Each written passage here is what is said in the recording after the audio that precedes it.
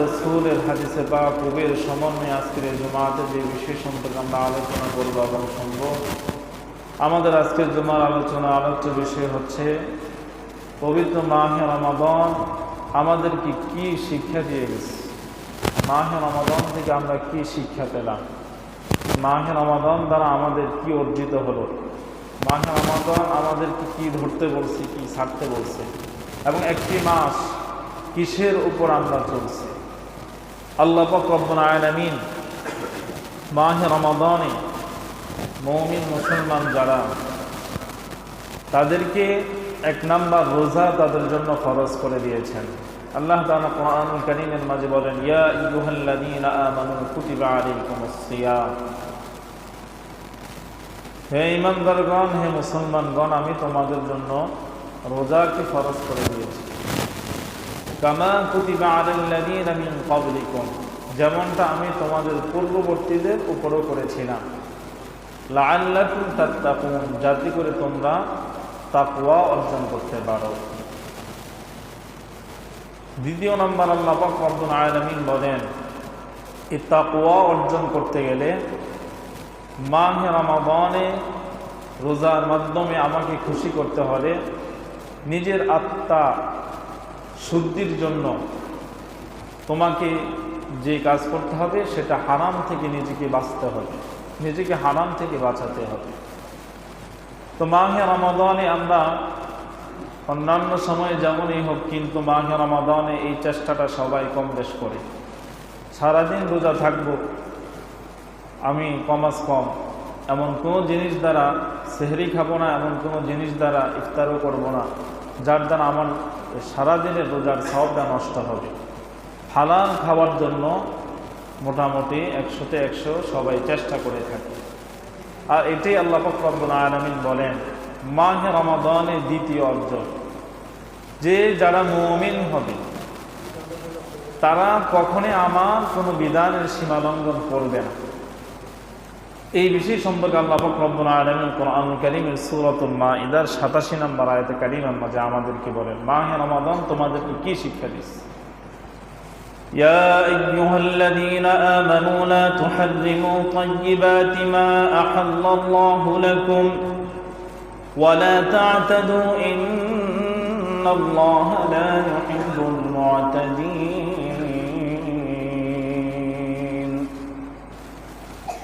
হে ঈমানদারগণ, আমি তোমাদেরকে বলছি, লা তুহাররিমু তাইয়্যিবাতি মা আহাল্লাল্লাহু লাকুম, আমি তোমাদের জন্য যে পবিত্র বস্তুকে হালাল করে দিয়েছি তাকে তোমরা হারামে পরিণত করো না।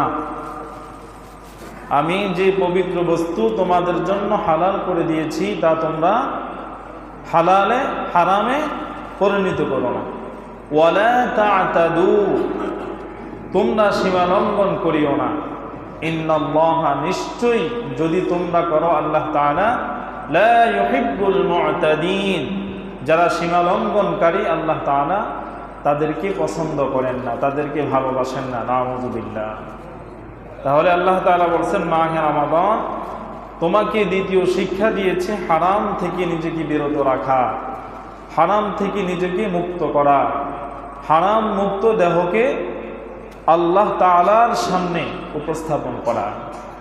এরপর আল্লাহ পাক রব্বুল আলামিন পবিত্র কোরআনুল কারীমের সূরাতুল মাঈদার 88 নম্বর আয়াতের মাঝে আরো বলেন, ওয়াকুলু মিম্মা রাযাকাকুমুল্লাহু হালালান তাইয়্যিবা ওয়াত্তাকুল্লাহাল্লাযী আনতুম বিহি মুমিনুন। ওয়াকুলু মিম্মা রাযাকাকুমুল্লাহু হালালান তাইয়্যিবা, হে মুসলিম জাতি, আমি তোমাদেরকে বলছি, আমি তোমাদেরকে যে পবিত্র রিজিক তোমাদের জন্য যে হালাল পবিত্র রিজিক নির্ধারণ করেছি তা থেকেই তোমরা ভক্ষণ করো। আমি তোমাদের জন্য যে পবিত্র হালাল রিজিক ব্যবস্থা করে দিয়েছি তা থেকেই তোমরা ভক্ষণ করো। ওয়াত্তাকুল্লাহ, তোমরা আল্লাহকে ভয় করো। আনতুম বিহি মুমিনুন, যদি তোমরা তার উপর বিশ্বাস স্থাপন করে থাকো, তার উপর ঈমান এনে থাকো। কার উপর? আল্লাহর উপর।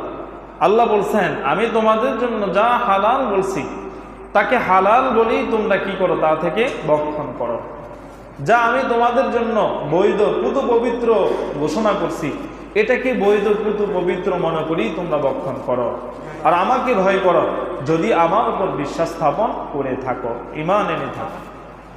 এরপর আল্লাহ পাক রব্বুল আলামিন এখন বলতেছেন, বান্দা সূরাতুল বাকারার 278 নম্বর আয়াতের মাঝে, ইয়া আইয়ুহাল্লাযীনা আমানুত্তাকুল্লাহ ওয়া যারু মা বাকিয়া মিনার রিবা ইন কুনতুম মুমিনিন। ইয়া আইয়ুহাল্লাযীনা আমানু, হে ঈমানদারগণ, ইত্তাকুল্লাহ, যথাযথ আল্লাহকে ভয় করো, ওয়া যারু মা বাকিয়া মিনার রিবা, এবং তোমরা নিজেদেরকে সুদ ঘুষ হারাম থেকে বিরত রাখো। তোমরা সুদ ঘুষ ও হারামকে ছেড়ে দাও। ইন কুনতুম মুমিনিন, যদি তোমরা মুমিন হয়ে থাকো। কি বলছেন?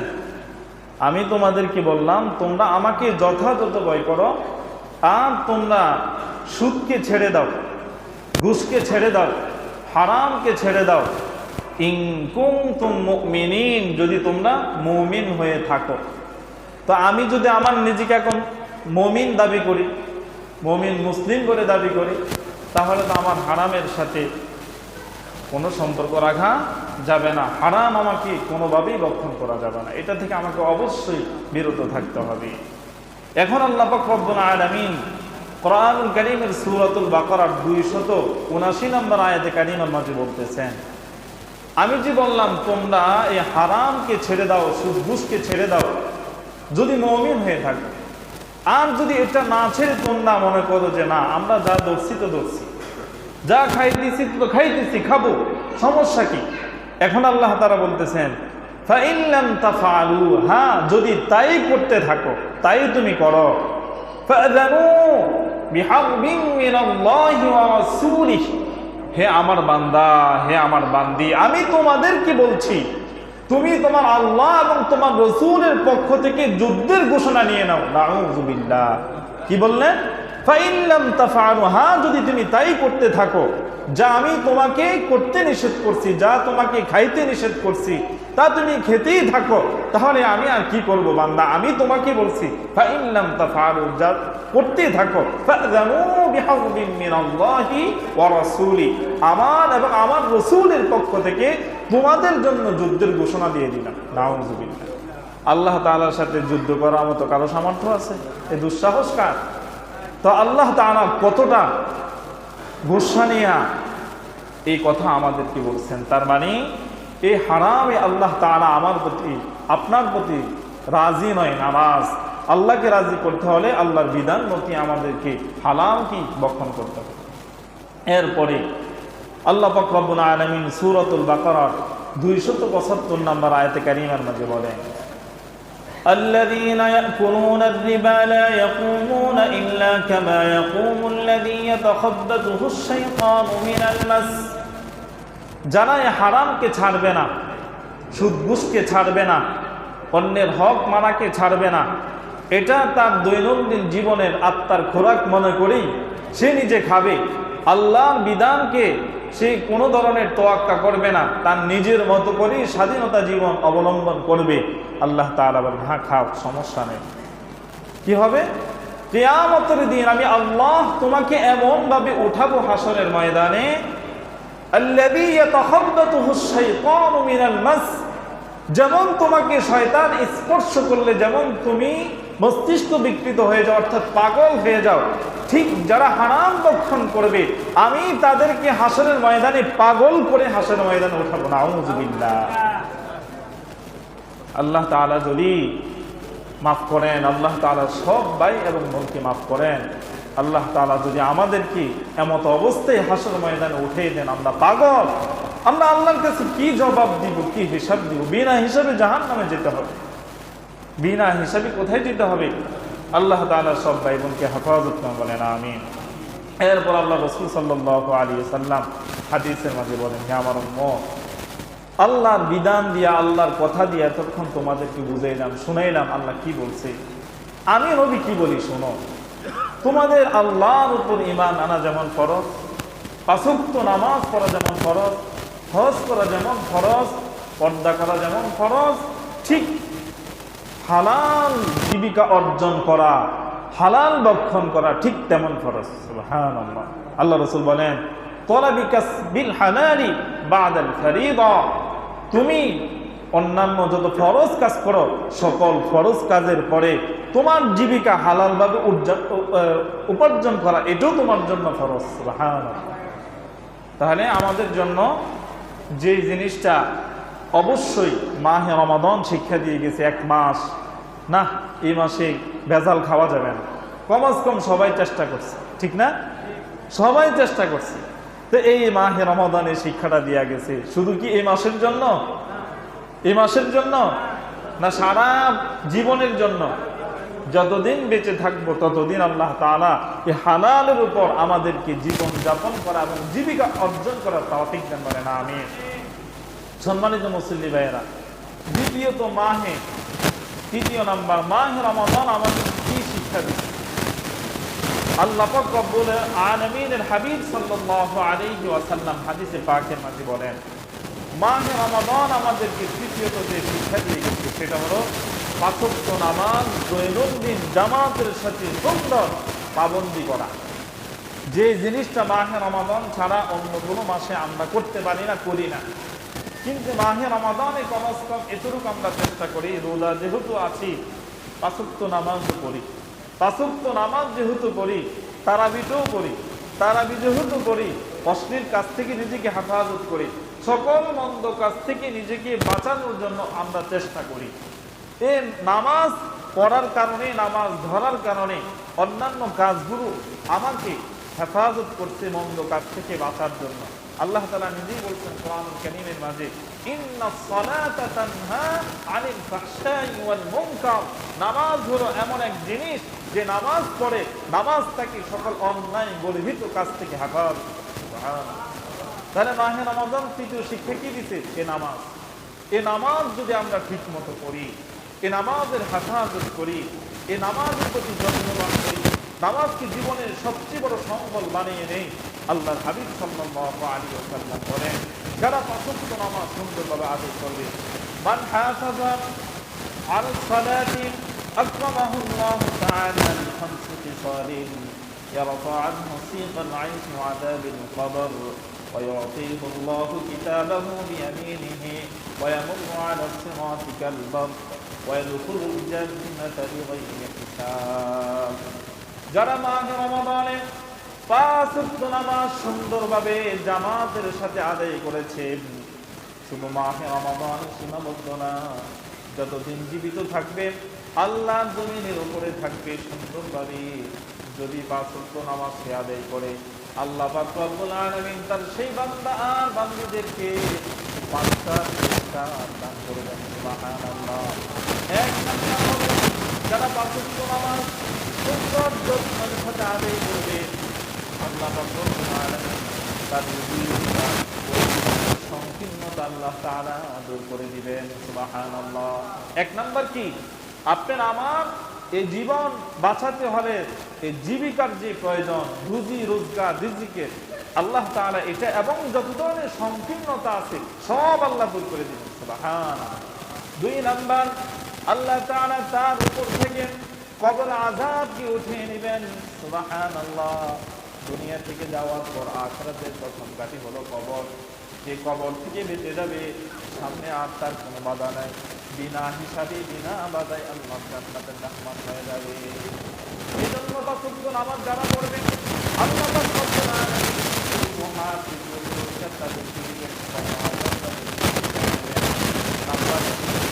যারা পাঁচ ওয়াক্ত নামাজ আদায় করবে, হাসরের ময়দানে আল্লাহ পাক রব্বুল আলামিন যেদিন মিজানের পাল্লায় আমলকে ওজন দিবেন, সেদিন কাউকে ডান হাতে দিবেন, কাউকে বাম হাতে দিবেন। সেই কঠিন মুসিবতের দিনে আল্লাহর হাবিব বলেন, আল্লাহ তাআলা পাঁচওয়াক্ত নামাজ আদায়কারীকে ডান হাতে আমলনামা দিবেন। সুবহানাল্লাহ। নাম্বার 4, যারা পাঁচওয়াক্ত নামাজ আদায় করবেন, আল্লাহ পাক রব্বুল আলামিন চুলের চাইতে আরো চিকন, হীরার চাইতে আরো ধার, যার নাম হলো ফুলসিরাত, সেই ফুলসিরাতের উপর বিদ্যুৎ জড়কে আল্লাহ পার করে দিবেন। সুবহানাল্লাহ। এরপরে 5 নাম্বার হলো, যারা পাঁচওয়াক্ত নামাজ সুন্দরভাবে আদায় করবেন, মাহে রমাদান শুধু সীমাবদ্ধ না, যতদিন জীবিত থাকবে ততদিন পর্যন্ত আল্লাহ পাক রব্বুল আলামিন বলেন, বান্দারে আমি তোমাদেরকে বিনা হিসাবে জান্নাতে প্রবেশের অনুমতি দিব। সুবহানাল্লাহ। তাহলে পাঁচওয়াক্ত নামাজ সুন্দরভাবে আদায় করার এই প্রশিক্ষণ মাহে রমাদান দিয়ে গেছে, আর এটা চালু থাকবে আবারও আমার এই জীবনের প্রদীপ নিবা পর্যন্ত। যদি এইভাবে এটা চলতে থাকে, এর 5 পুরস্কারে পুরস্কৃত হব, আল্লাহর পক্ষ থেকে আমরা প্রাপ্ত হব। আল্লাহ তাআলা সবাইকে এই 5 পুরস্কারে প্রাপ্ত হওয়ার তৌফিক দেন, বলেন আমিন। সম্মানিত মুসল্লি ভাইয়েরা, যারা সুস্থ সবল থাকা সত্ত্বেও পাঁচওয়াক্ত নামাজ পড়ে না, পড়তে মনে চায় না, বললেও শোনে না, আরো উল্টা যারা নামাজ পড়ে, নামাজ পড়ে পড়তো কি আমি না পেলে যা বাধা আছে, নামাজ না বললে ইমাম থাকে না, মানে আরো কত ধরনের উল্টা পাল্টা যা বলার বলে। আল্লাহ তাআলা বলেন, হ্যাঁ বলে, সমস্যা নাই, তবে সমস্যা একটা আছে। এটা আমার কথা না, আল্লাহ তাআলা সূরাতুল কলমের 42 এবং 43 নম্বর আয়াতে কারিমার মধ্যে বলেন, ইয়াউমা ইউকশাফু আন সাকিন ওয়া ইউদআউনা ইলাস সুজুদি ফালা ইস্তাতিউন খাশিআতান আবসারুহুম তারহাকুহুম দিল্লাহ ওয়া ক্বাদ কানু ইউদআউনা ইলাস সুজুদি ওয়া হুম সালিমুন। দুনিয়ার মধ্যে আমি যাদের উপর নামাজকে ফরজ করে দিয়েছিলাম, যারা নামাজকে সুন্দরভাবে আদায় করে নাই, আমি আল্লাহ হাসরের ময়দানে তাদের পায়ের খুরগুলো খুলে নিয়ে যাব। ইয়াউমা ইউকশাফু, আমি তাদের পায়ের খুরগুলো খুলে নিয়ে যাব। আনসাকু ওয়া ইউদআউনা ইলা সুজুদি ফালা ইস্তাতিউন, তারপর আমি তাদেরকে ডাকবো, আসো আমাকে সিজদা করো। আহা, তারা সেদিন সিজদা করতে চেষ্টা করবে, ওয়াহুম সালিমুন, তারা সিজদা করতে পারবে না। নাউযুবিল্লাহ। যারা এই নামাজের কথা বললে ভালো লাগে না, নামাজের দিকে ডাকলে এই যারা একটু উচ্চতাচ্ছিল্য করে, এই নামাজকে সুন্দরভাবে যত্ন করে না, নিজেও করে না, কাউকে করতে দেখলে এটা সম্মানও করে না, সেদিন আল্লাহ তাআলা তাদের পায়ের ধুলগুলো ধুলে নেবেন, নেওয়ার পরে বলবেন, এখন আমাকে সিজদা দাও। তারা দেওয়ার চেষ্টা করবে, সেই যদি আমরা করতে চাই, আল্লাহ তাআলা সবাই যে মাহে রমাদানের শিক্ষা দিয়ে গেছে, যাতে হাসরের ময়দানে তোমাকে বঞ্চিত না হতে হয়, এই লজ্জা থেকে তোমাকে বাঁচতে হলে অবশ্যই মাহে রমাদানের ন্যায় মৃত্যু মুহূর্ত পর্যন্ত নামাজকে সুন্দরভাবে অবশ্যই করতে হবে। এরপরে মাহে রমাদান 4 নাম্বার আমাদেরকে যে শিক্ষা দিচ্ছে, আল্লাহ তাআলা কোরআনুল কারীমের মধ্যে বলেন, ওয়ালা তাকরাবুজ যিনা ইন্নাহু কানা ফাহিশান ওয়া সাআ সাবিলা। আল্লাহ তাআলা বলতেছেন, ওয়ালা তাকরাবুজ যিনা, যিনা তো দূরের কথা, এটার নিকটবর্তীও হয়ো না। কেন? ইন্নাহু কানা ফাহিশা, এটার মতো নিকৃষ্ট মন্দ কাজ আর কিছুই হতে পারে না। ওয়া সাআ সাবিলা, এটার মতো মন্দ পথ আর হতে পারে না। যে মাসে আমি তোমার বৈধ স্ত্রীকে দিনের বেলা ভোগ করা হারাম করে দিচ্ছি, ওই মাসে যদি এই ধরনের কর্মকাণ্ড হয়, এর চেয়ে নির্লজ্জতা বেহায়া কিছু হতে পারে না। কেন? আল্লাহ রাসূল সাল্লাল্লাহু আলাইহি ওয়াসাল্লাম বলেন, ইযা লাম তাস্তাহয়ী ফাসনা শিতা, যার কোনো হায়া লজ্জা নাই, তার যা মনে চায় সে তাই করতে পারে। তাহলে আল্লাহ রাসূল সাল্লাল্লাহু আলাইহি ওয়াসাল্লাম হাদিসের মাঝে বলেন, সব পৃথিবীর মধ্যে সবচেয়ে শ্রেষ্ঠ উৎকৃষ্ট ব্যক্তি হলো সে যার চরিত্র কি ভালো। সবচেয়ে চরিত্রবান মানুষের দাম আল্লাহর কাছে বেশি। আর সবচেয়ে চরিত্রবানকে আল্লাহ রাসূল সাল্লাল্লাহু আলাইহি ওয়াসাল্লাম সাহাবীকে কথা বলার পর সাহাবীকে জিজ্ঞাসা করলেন, কে? তখন আল্লাহ রাসূল বললেন, যে তার এই দেহ সত্তাকে সকল ধরনের অবৈধ গান্দিগি নাপাকি জিনা থেকে হেফাজত করতে পারে, সেই হলো সবচেয়ে শ্রেষ্ঠ এবং সৎ চরিত্রবানের সর্বোৎকৃষ্ট মানুষ। আল্লাহ পাক আমাদের সব ভাই বোনকে সর্বোৎকৃষ্ট শ্রেষ্ঠ সতীত্ব এবং চরিত্রের মালিক হওয়ার তৌফিক দান করেন, আমিন। এই জিনা থেকে আমাদেরকে কিন্তু মুহূর্ত পর্যন্ত আল্লাহ হেফাজত করেন, আমিন। 5 নাম্বার, মাহে রমাদান আমাদের শিক্ষা দিয়েছেন কি? আল্লাহ তাআলা বলেন, ইয়া আইয়ুহাল্লাযীনা আমানুত্তাকুল্লাহ, হে ঈমানদারগণ তোমরা আল্লাহকে ভয় করো। আর কি করো? আকুলু কাওলান সাদীদা, সদা সর্বদাই তোমরা সত্য কথা বলো। তার মানে মিথ্যাকে পরিহার করো। মাহে রমাদান আসার পরে মিথ্যা যদি আগে বলতো 500 কমাক্রম 400 হয়ে গেছে, 100 রাখছে, তার চিরাচরিত অভ্যাস তো সহজে যাবে না, আস্তে আস্তে যাবে। মানুষ বলে কয়লা দূরে যায় না ময়লা, এত সহজে কি যায়? আস্তে আস্তে যাবে। কিন্তু 500 থেকে 400 চলে গেছে, আর আছে কত? 100, অনেকটাই কমে গেছে। এই জন্য আল্লাহ তাআলা বলেন মাহে রমাদান তোমাদেরকে 5 নাম্বার শিক্ষা দিচ্ছে কি? তোমরা মিথ্যাকে পরিহার করো, সত্যকে আঁকড়ে ধরো। এই সত্য তোমাকে মুক্তি দিবে, মিথ্যা তোমাকে অবশ্যই বিপদে ফেলবে। এই মিথ্যা যে যত বেশি বলে তার বিপদ তত বেশি আসে। কিন্তু এই মিথ্যা একটা বললে এটারে সত্য বানানোর জন্য আরো 99টা বলা লাগে। যখন 100টা মোটামুটি কয়, এরপরে যারে বিশ্বাস করে যেতে মোটামুটি কিছুটা বিশ্বাস করে। কিন্তু চিন্তা করছেন একটা মিথ্যার লেগে কয়টা কওয়া লাগছে? 100টা। আর মিথ্যা এতটা জঘন্যতম পাপ। আল্লাহ রাসূল সাল্লাল্লাহু আলাইহি ওয়াসাল্লাম বলে মিথ্যা কথা বলা বড় মহাপাপ। আরে মিথ্যা একটা বেশি না, এই মিথ্যা একবার বললে একটা কবিরা গুনাহ, আর একটা কবিরা গুনাহই মানুষকে জাহান্নামে নিয়ে যাওয়ার জন্য কি যথেষ্ট। বেশি গুনাহ দরকার না, একটাই যথেষ্ট। এটার নাম কবিরা। কবিরা মানে কি? বড়। এর চাইতে বড় আর কি করতে পারে? এরকম মিথ্যা কথা প্রতিনিয়ত আমরা অনেক বলে থাকি। আল্লাহ তাআলা এই মিথ্যার জীবন থেকে, এই মিথ্যা ধোঁকা থেকে, এই মিথ্যার আশ্রয় থেকে আমাদেরকে হেফাজত করেন, বলেন আমিন। এরপরে আল্লাহর হাবিব সাল্লাল্লাহু আলাইহি ওয়াসাল্লাম বলেন মিথ্যার মধ্যে আরেকটা সমস্যা কি? ক্বালা রাসূলুল্লাহ সাল্লাল্লাহু আলাইহি ওয়াসাল্লাম কাফা বিল মারই কাযিবান আন ইউহাদ্দিসা বিকুল্লি মা সামিআ। মুসলিম শরীফের 25617 নম্বর হাদিস, যে যাহাই শুনে তাহাই বলিতে থাকা, যাহাই শুনে তাহাই বলিতে থাকা, এতটুকুই মিথ্যাবাদী হওয়ার জন্য যথেষ্ট। কারো কাছ থেকে কিছু একটা শুনতে অথবা কেউ বলছে, এটাতে কোনো যাচাই বাছাই না করে এটা কি উনি প্রচার করতেছে? আছে না এরকম? খাইয়া দেয়া কোনো কাজ নাই, উনি পাইছে একটা কথা, এটারে নিয়ে মার্কেটিং করতেছে। তা আল্লাহ রাসূল বলেন, হে উম্মত, ওই ব্যক্তি মিথ্যা বলে যে পরিমাণ পাপ অর্জন করছে, তার এই মিথ্যাটারে তুমি প্রচারণা করে এর থেকে আরো বেশি গুনাহগার হইতো না। আউযুবিল্লাহ। এজন্য আমরা অনেক সময় অনেকের নামে মিথ্যা কথা বলি, এগুলো আল্লাহ তাআলাও কিন্তু পছন্দ করেন না। হয়তো আপনি সুবিধাভোগী, সুবিধার জন্য মিথ্যা কথা বলছেন, ক্ষতিটা দিন শেষ আপনারই হবে। যার জন্য ষড়যন্ত্রের ফাঁদ করেন তার কিচ্ছু হবে না। তার কারণ সততার পক্ষে আছে কে, আর অসতের পক্ষে আছে কে? শয়তান। শয়তান কখনোই বিজয়ী হবে না। বিজয়ী হবে কার দল? আল্লাহর দল। অতএব আপনার সৎ সাহস যখন থাকবে, সততার মধ্যে থাকবেন, হাজার বিপদ আসবে না। তার কারণ আমি সততার পক্ষে আছি, আমার পক্ষে আছে কে? আল্লাহ। আর যে অসৎ পথে তার পক্ষে আছে কি? শয়তান। শয়তানের বিজয়ী কখনো কি? হয়তো সময় স্বামীকে একটু হয়, কিন্তু পরাজয় এতটাই হয় যে আর লজ্জায় মাথা উপর উঠাতে পারে।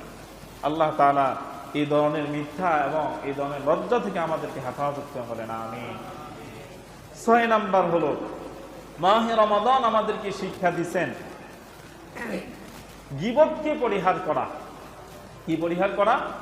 গীবত। কেউ যদি জিনা করে, কেউ যদি সুদ খায়, ঘুষ খায়, এটা নিয়ে যে আমরা কত গানা বাজনা করি, আরে অম্মকে এটা খাইছে, হুজুর আপনি এবার দাওয়াত খাইছেন, জানেন না? আগে আমারে কর, তারা বাড়ির বেতনটা তো আপনি নেন, তারা তো সুদ খায়। তারা তো ঘুষ খায়, অমুক বেলা তো জিনা করছে, জানেননি হুজুর? হ্যাঁ, তো এইগুলো কিন্তু অনেক সময় অনেকে বলেন, কিন্তু এর চাইতে বড় জঘন্যতম পাপী যে আমি নিজে প্রতিনিয়ত এগুলো করে বেড়াইতেছি, আমি নিজের দোষটা খুঁজে পাই না। এই জন্য আল্লাহ রসুল বলেন, হ্যাঁ, যে এই ধরনের স্বভাবে অভ্যাস যার, তাকে বলছি আল গীবাতু আশাদ্দু মিনাজ জিনা, যে ব্যক্তি জিনা করছে তার চাইতে শক্ত জঘন্যতম পাপী তুমি যে গীবত করে। নাউজুবিল্লাহ বলবেন না? আল গীবাতু আশাদ্দু মিনাজ জিনা, এই জিনা এটা কি? জিনার চাইতে গীবত কি আরো মারাত্মক, আরো শক্ত গুনাহ। আমরা এই জনে কি করছে, ওই জনে কি করছে, এটি কিন্তু অনেক বলা বলি করি, একজন আরেকজনের অনুপস্থিতি অনেক ধরনের সমালোচনা করি। এই অভ্যাসটা কিন্তু আমাদের অনেক বেশি। যাকে আমি পছন্দ করি করি, যাকে করি না তো করি না, যাকে মহব্বত করি তো করি, যাকে করি না তো করি না, তার পিছনে কেন দোষ বলবো? আর দোষটা যদি বলি, যার নামে বলি তার লাভ, যে বলে তার লস, যে বলে তার কি লস, আর যার নামে বলে তার কি লাভ। আল্লাহর হাবিব সাল্লাল্লাহু আলাইহি ওয়াসাল্লাম বলেন, কেউ যদি কারো নামে গীবত করে, আল্লাহ তাআলা ওই বান্দার আমল নামায় যতগুলো নেক আছে, যার নামে গীবত করে তার আমল নামায় তার সকল সওয়াবগুলো লিপিবদ্ধ করে দেয়, এবং যার নামে গীবত করে তার সকল দোষগুলা, সকল গুনাহগুলা যে গীবত করে করে বেড়ায় তার আমল নামায় দিয়ে দেয়। যদি এরকম ধরনের পুঁজি কারো লাগে, আমার নামে বেশি করেন, কোনো সমস্যা নাই। তার কারণ আপনি যা নেক আমল করছেন, এটি সব সওয়াব আমার আইব, আর আমার যত গুনাহ আছে সব আপনার দিব অটোমেটিক। চিন্তা করছেন আপনি কি পাপ করেন, কিন্তু যে বেটা জিনা করছে, জিনা করার কারণে আরেকজনের পাপ তার কাঁধে গেছে না, তার পাপ তার কাঁধে, কিন্তু আপনি জিনার চাইতে মারাত্মক গীবত করছেন, তার সকল পাপ আপনার কাঁধে আসে, আপনার সকল নেক তার আমল নামায় চলে যাচ্ছে। সুবহানাল্লাহ। এই ধরনের পাপ আমরা প্রতিনিয়ত করি, প্রতিনিয়ত করি, সামনে করি, পিছনে করি। হ্যাঁ ভাই, আপনি জীবনের জীবন, জানের জান, পরাণের পরাণ, পিছে দিয়া ঘুর মারে, এরকম ভালোবাসার মানুষ অনেক আছে। আল্লাহ তাআলা এই ধরনের মানুষ থেকে আমাদেরকে হেফাজত করেন, বলেন আমিন। আর এই ধরনের স্বভাব থেকেও আমাদেরকে হেফাজত করেন, বলেন আমিন। আল্লাহ রসুল বলেন, এই যারা এই গীবতগুলো করে, আমি যেদিন মেরাজের রাত্রিতে আল্লাহর কাছে গেছিলাম, জান্নাত আর জাহান্নাম উভয়টা আল্লাহ আমাকে দেখিয়েছেন। যখন জাহান্নামকে পরিদর্শন করা শুরু করছি, তখন আমি একটা দৃশ্য দেখছি খুব ভয়ঙ্কর। কি? আল্লাহর হাবিব বলেন, হঠাৎ করে আমি দেখি অনেকগুলো মানুষ এইভাবে গোল আকারের জড়ো হয়ে, তাদের মাঝখানে কি জানি আছে, বড় বড় নখ দিয়া খামসায়া খামসায়া তার মৃত্যু একটা মানুষের শরীর থেকে বস্তুগুলো খাইতেছে।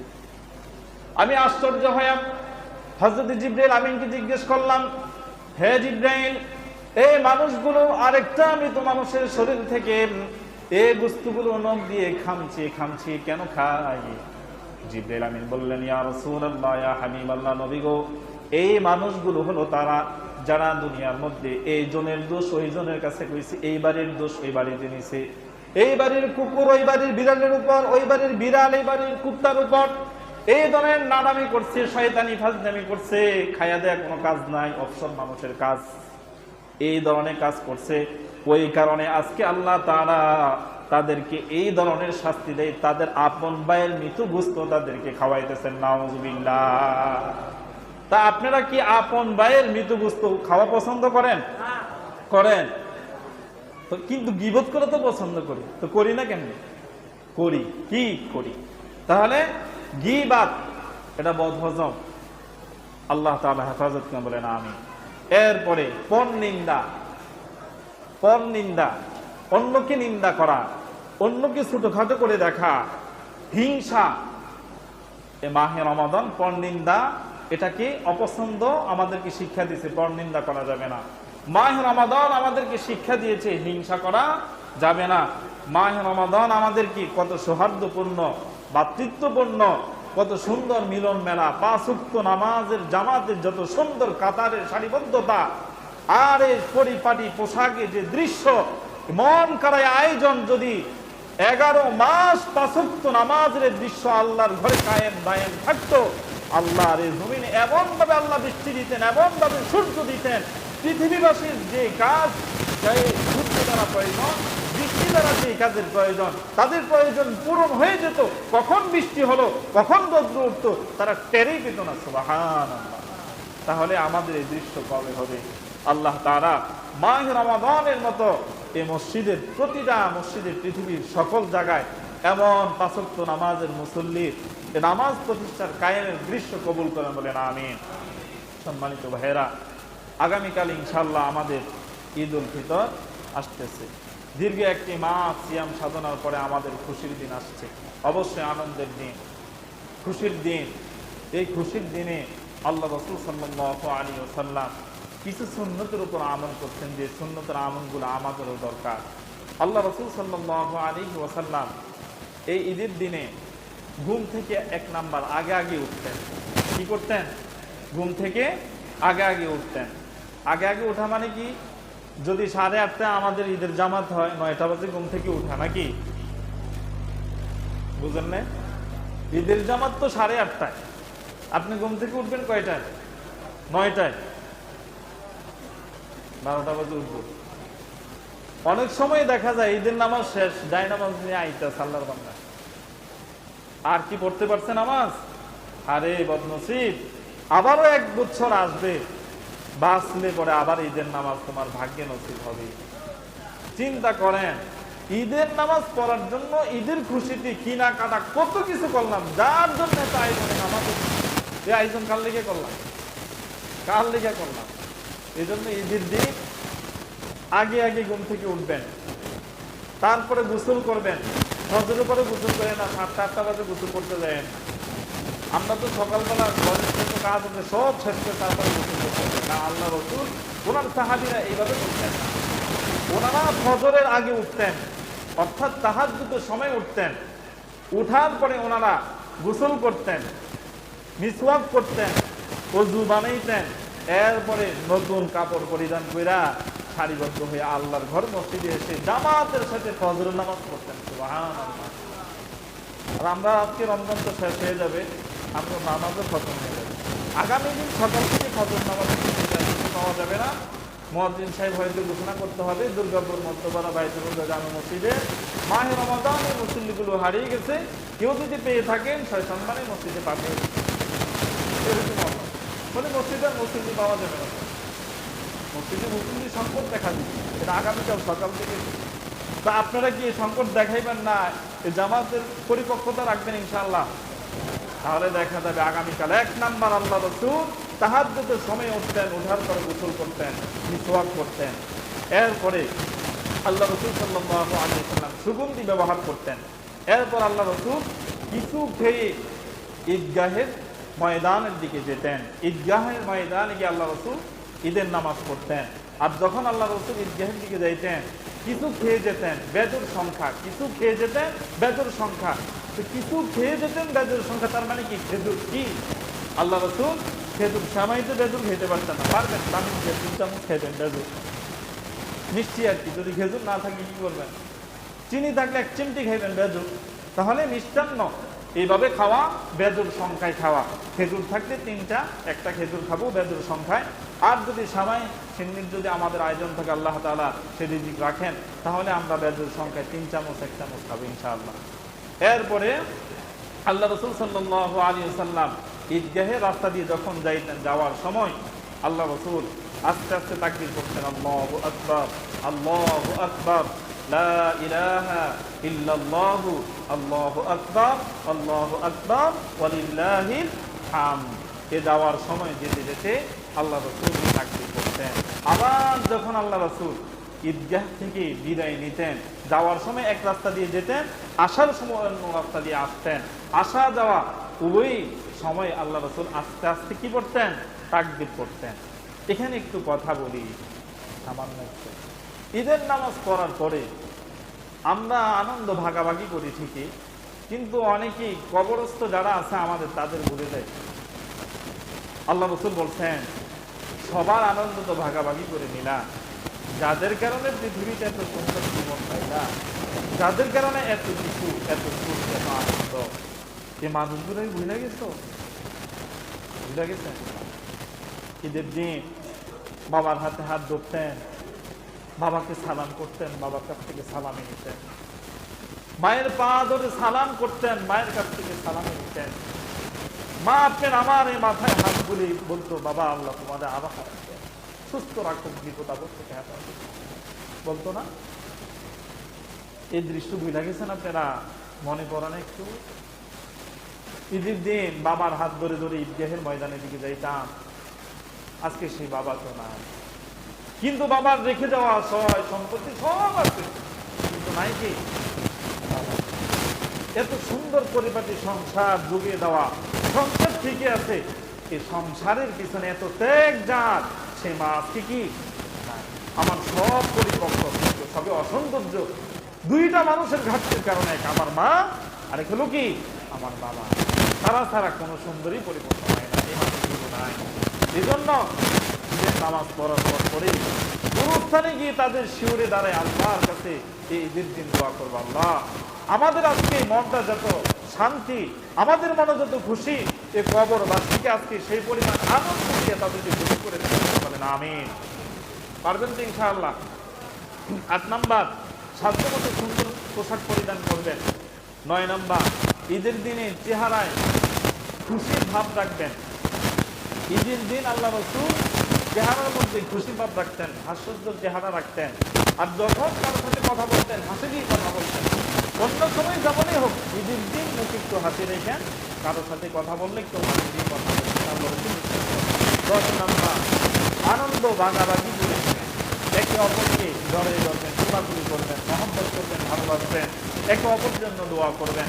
আল্লাহ রাব্বুল আলামিন আমাদের সবাইকে এই ঈদের সুন্নতগুলোর উপর পরিপূর্ণ আমল করে আগামী দিন ঈদের নামাজ জামাতের সাথে সুন্দরভাবে পড়ার সেই তাওফিককে হায়াত কবুল করে বলেন আমিন। আগামীকাল আমাদের ঈদের জামাত অনুষ্ঠিত হবে 8:30টায়। দুর্গাপুর দ্বিতীয়বার কিন্তু ঈদের ময়দানের জামাত অনুষ্ঠিত হবে 8:30টায়। আল্লাহ রাব্বুল আলামিন সকলকে ঈদের জামাতে